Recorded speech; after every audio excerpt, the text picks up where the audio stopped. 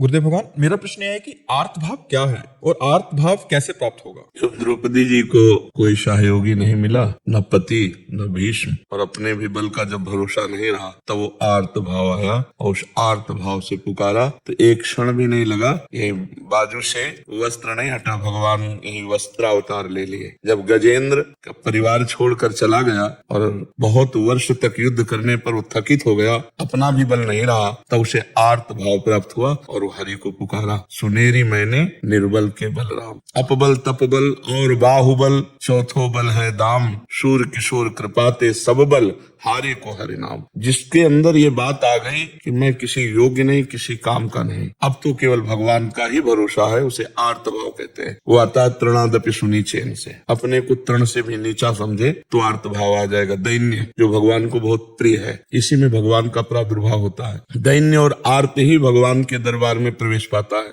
वही अहंकार गलित देहाभिमान रहित पुरुष ही भगवत साक्षात्कार कर पाता है। बात समझ में आ रही है आपके? हाँ, ये बाजार में नहीं मिलता है, पढ़ने लिखने से नहीं मिलता, ये किसी साधना से नहीं मिलता। ये ऐसी परिस्थिति भगवान पैदा कर देते हैं, ऐसी स्थिति दे देते हैं, फिर वो आर्त होता है। परम अकिंचन प्रिय हरि के नहीं, जिसको भगवान के सिवा कोई नहीं, उसके हृदय में आर्त भाव होता है। अगर अपना भी बल है तो आर्त भाव, तपस्या का बल है, भजन का बल है, ज्ञान का बल है, आर्त भाव नहीं आएगा। नहीं, आर्त भाव तो बहुत बहुत ही दुर्लभ वस्तु है। आर्त भाव समस्त बलों का त्याग, फिर आर्त भाव आता, वो किसी बिरले महाभागवत के हृदय में आता है। तो इसीलिए भजन किया जाता है कि धीरे धीरे हमारी अहंकार की वृत्ति गलित हो, देहाभिमान की, और भगवान के भक्तों के चरणों में हमारी प्रीति हो जाए। बस इसी से आर्त भाव आएगा और तो अहंकार पुष्ट होता है। मैं 10 वर्ष से मौन हूँ, मैं 20 वर्ष से फलाहार करता हूँ, मैं अमुक तपस्या हूँ, ये सब भगवान को, ये सब आर्त भाव, दैन्य भाव। यही दीन प्यारे वेद पुकारे द्रवो सुशील। आर्त बहुत सुंदर बात है। आर्त भाव, अपना भी बल न रह जाए, एकमात्र भगवान का बल, एक भरोसो, एक बल, एक आश विश्वास, यह है आर्त भाव। मात्र भगवान, केवल भगवान। समझ पा रहे हैं महाराज जी, हमें ये जीवन किसके लिए जीना चाहिए? प्रभु के लिए, प्रभु के लिए सिर्फ। अब जब प्रभु के लिए जियोगे तो प्रभु ने तुम्हें कर्तव्य कर्म दिया है। तुम किसी के भाई हो, किसी के पति बन सकते हो या बन गए हो, तुम किसी के पिता भी बनोगे, तुम्हारा किसी के प्रति पुत्र भाव भी है। अब इन सब धर्मों का पालन करो, प्रभु के बने हो तो। इन सब में प्रभु को देखकर अपने कर्तव्य का पालन करना, ये प्रभु के लिए जीना है। समझ रहे हैं ना? हम प्रभु के लिए गृहस्थ धर्म में हैं, हम प्रभु के लिए गृहस्थी का पालन करते हैं, हम प्रभु के परिवार का पोषण करने के लिए किसानी करते हैं, नौकरी करते हैं, व्यापार करते हैं, ये सब प्रभु के लिए हो जाएगा। और जो प्रभु के लिए कर्म करता है, प्रभु के भाव में रहता है, उसको प्रभु की प्राप्ति होती है। हमारे जीवन का लक्ष्य है, मानव जीवन का लक्ष्य है भगवत प्राप्ति, विषय भोग नहीं है। जनेन्द्रिय रसेंद्रिय के भोग तो पशु पक्षी भी भोगते हैं। मनुष्य को चाहिए धर्मयुक्त भोगों को भोगते हुए भगवान को रिझा ले। ये जीवन भगवान के लिए है। जब भगवान के लिए जीवन हो जाता है, तब राष्ट्र सेवा, समाज सेवा बहुत अच्छी तरह से होती है, क्योंकि हम भगवत भाव से करते हैं। सब में मेरे प्रभु विराजमान है, सब में मेरे कृष्ण विराजमान है। मत्ता परतरम नान्यत किंचिदस्ति धनंजय, मेरे सिवा और कुछ नहीं है। तो ये हम मान करके सबकी सेवा करते हैं, माँ पिता भाई परिवार समाज राष्ट्र। वही सच्चा जीवन है जो प्रभु में है, जो प्रभु के लिए है। और प्रभु से विमुक्त तो फिर सब माया प्रपंच है नहीं। तो जीवन प्रभु के लिए है, अपना जीवन दूसरों के लिए, दूसरे में भगवत भाव करके। ये बात जल्दी समझ में नहीं आती, अब बंधेगा, अब आवागमन का चक्र पुष्ट होगा। और जब मुक्त होना है तो दियम वस्तु गोविंदम तुभ्यमेव समर्पय। ये तन मन प्राण बुद्धि हे गोविंद आपको समर्पित है, और जो मुझे अधिकार दिया है सेवा का, वो आपको ही समझकर मैं सेवा कर रहा हूँ। मुक्त हो जाएगा। बंधन और मोक्ष क्या? विषयाकार मन बंधन, भगवदाकार मन मोक्ष, सीधी बात। तो हमारे जीवन का परम लक्ष्य है, परम धर्म है, अच्युत भगवान में प्रीति हो जाना, निरंतर भगवत स्मृति में तन्मय हो जाना, हर कर्म भगवान को समर्पित कर देना, हर व्यक्ति वस्तु स्थान में भगवत भावना करना। आप समझ पा रहे हो? आपको कोई संशय? किसका प्रश्न था? आपको कोई संशय? महाराज जी, कई बार भाव आने के लिए, दर्शन के लिए ना कई जगह झूठ बोलना पड़ता है, जैसे कि माता पिता से, संत भगवान। देखो, हमने एक बार भी नहीं कहा वृंदावन आओ। इसमें आपके उत्तर में बोला क्या? एक बार भी नहीं कहा। हमारी बात को समझ लो तो प्रश्न करने की जरूरत ही नहीं पड़ेगी। कहो सु कहा जहाँ प्रभु नहीं। अगर कभी साल 6 महीने में एक बार छूट मिल जाए, दर्शन कर जाओ वृंदावन। अपने भाव में रहोगे ना, तो हम कह रहे हैं अमेरिका से वृंदावन देख सकते हो। बहुत मुश्किल है रहना, देह से भी दूर रहना बहुत मुश्किल है। हम कहते हैं अगर ऐसी स्थिति है तो वृंदावन झलकने लगेगा प्यारे। अगर ऐसी स्थिति की राह नहीं जाता ना, तो उद्धव जी ने यही समझा था कि गोपियां जो है भगवान से दूर है, भगवान के तत्व को नहीं जानती। जब नजदीक आए तो देखा विरह की ऐसी अवस्था जिसमें मिलन और वियोग दोनों एक साथ देख रहे हैं, तब समझा हमारा ज्ञान इनकी स्थिति में प्रवेश नहीं कर पाएगा। तब चरण धूल की वंदना की, वंदे नंद ब्रजस्त्री राम पादरेणु में भिक्षुसा। तो इसलिए बच्चा, हमें लगता है कर्तव्य से मुख मोड़कर भागना ठीक नहीं है, अपने कर्तव्य का पालन करते हुए चिंतन करना ठीक है।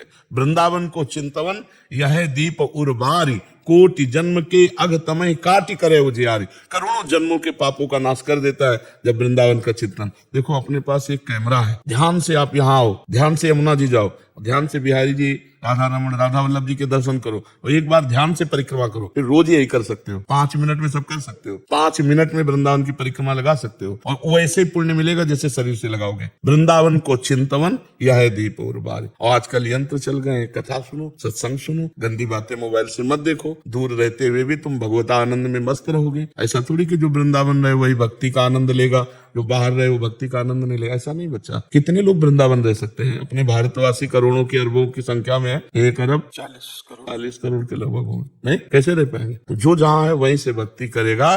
कभी कभी आके वृंदावन दर्शन कर ले। आप विकल मत हो, अंदर की विकलता बढ़ाओ प्रभु के मिलन की। वहीं वृंदावन जहां आप हो वहीं वृंदावन प्रकाशित हो जाएगा।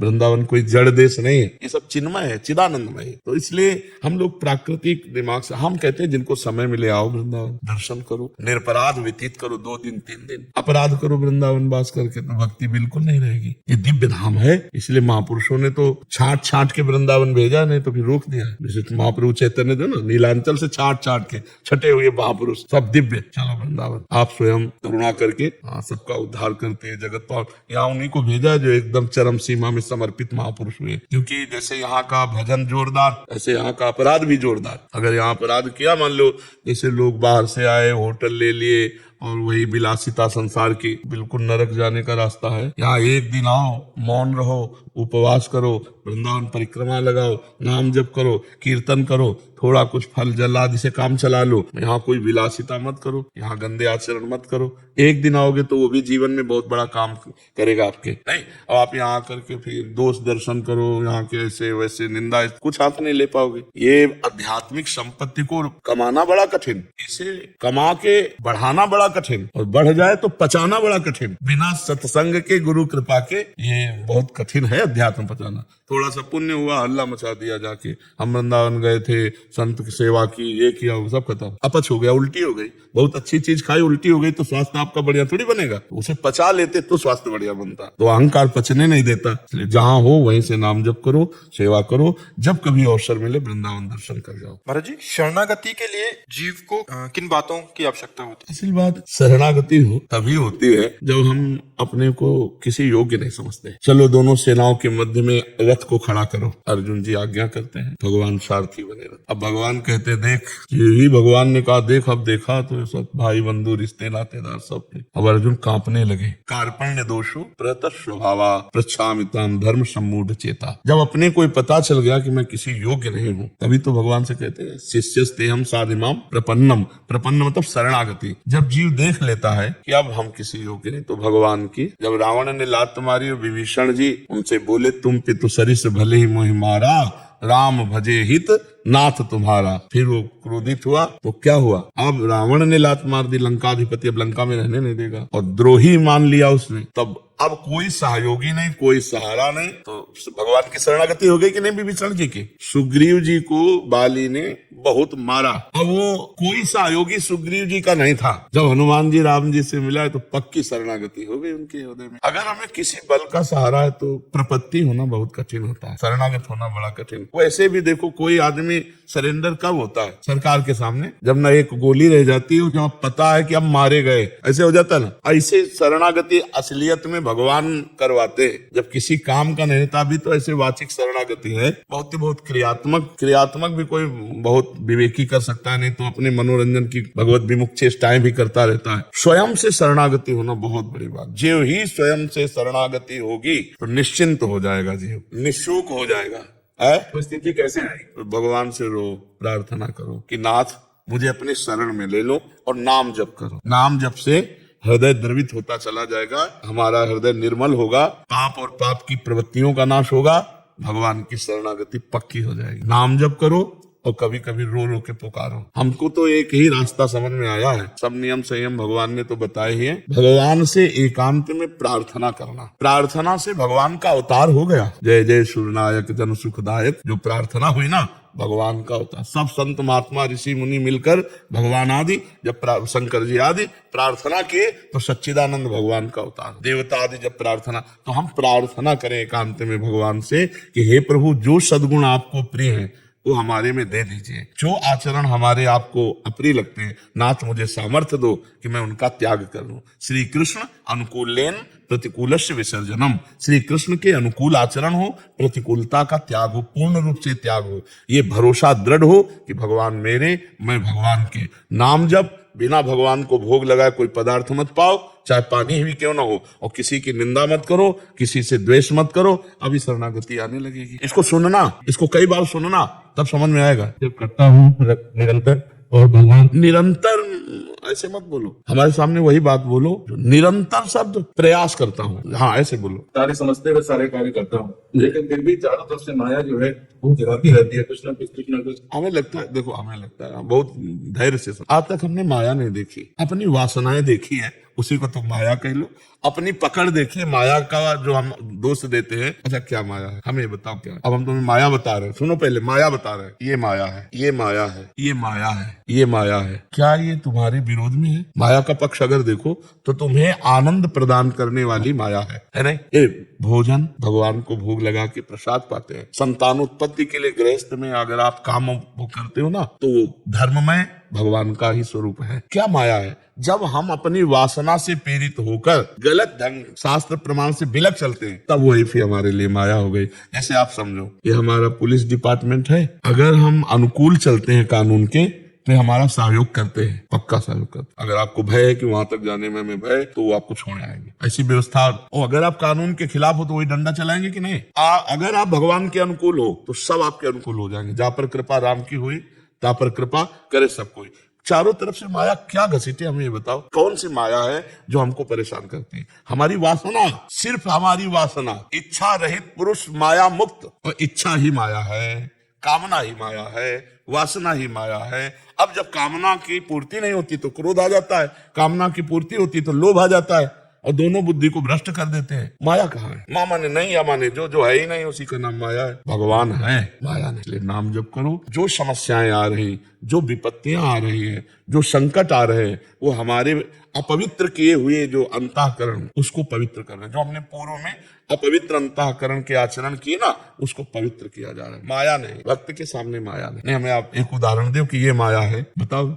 वही काम, क्रोध, लोभ, ये सब आते रहते, नाम जब चलता रहता, फिर भी ये परेशान। हाँ, आप चिंता मत करो, ये आपको परेशान नहीं करते। पहली बात है, आप में आते ही नहीं है, विश्वास मानो जो हम कह रहे हैं, ये अंतःकरण में आते हैं। जो अंतःकरण में मन, बुद्धि, चित्त, अहंकार है ना, इसका आक्रमण वहां होता है, आप में नहीं। पहली बात तो समझ लो, आप निर्विकार भगवान के अंश है। भगवान कहते हैं ना ममैवांशु, तो भगवान का अंश कैसा है? गोस्वामी तुलसीदास जी कहते हैं, ईश्वर अंश जीव अविनाशी, चेतन अमल सहज सुख राशि। अमल माने निर्विकार, अपना स्वरूप निर्विकार है। हमने क्या किया कि अंतःकरण में इतना ममत्व कर लिया कि उसमें जो बात होती है वो मैं अपने में मान लेता हूँ, इसीलिए मैं हार जाता हूँ। अगर साक्षी भाव से देखो तो अंतःकरण इसलिए जल रहा है कि उसने पाप किए हैं, अब वो पवित्र हो रहा है। जैसे सोना तपाने से पवित्र, तो आप उसे सह जाओ, विचलित मत हो। आप में जलन नहीं है, जलन मन में हो रही है। अंतःकरण, आप उसके दृष्टा है, देखने वाले हैं। नाम जब करते हुए सह जाओ तो सहित सहित बाढ़ भगति गृह तन गुरुहित गात, वो महान भक्तिवान बन जाएगा। और भगवान ने भी कहा, जो इन व्यथा इंद्रिय मन से प्रकट होती है ना, बड़ी जलन, उसको सह जाता है, वो अमर पद को प्राप्त होता है। यम ही न व्यथ्यन्ते ते पुरुषम पुरुषर्षभ सम दुखा सुखाधीरम सोमृतत्वाय कल्पते, वो अमृत पद का अधिकारी हो जाता है। तो भाई इसमें सहना पड़ेगा। थोड़ा मार्ग है जो जलन युक्त है, इसके बाद शीतलता ही है, और संसार का मार्ग है सदैव जलन बढ़ती ही चली जाएगी, इसमें कहीं शीतलता नहीं। काम क्रोध आदि मन पर आक्रमण करते हैं, और जैसे आपके घर में कोई आवे तो आप उसका आदर मत करो, वो अपने आप आना बंद कर देगा। आदर है काम के अनुसार क्रीड़ा करना, काम के अनुसार चिंतन, चेष्टा, संकल्प, विकल्प, ये उसका आदर हो गया। काम का अनादर कर दो, न कोई चेष्टा, न कोई चिंतन, राधा राधा राधा राधा। अब वो जलाएगा कि मेरी बात सुनो, ये दृश्य देखो, उसमें बड़ा सुख है, बस इस बात को तुम काट दो, पूरी जिंदगी हो जाती है इन्हीं भोगों को भोगते हुए। यदि सुख होता तो सब तृप्त हो जाते, बार बार वही तृष्णा वही वासना, नहीं तेरी बात नहीं मानेंगे, ऐसे मन से लड़ा भी जाता है।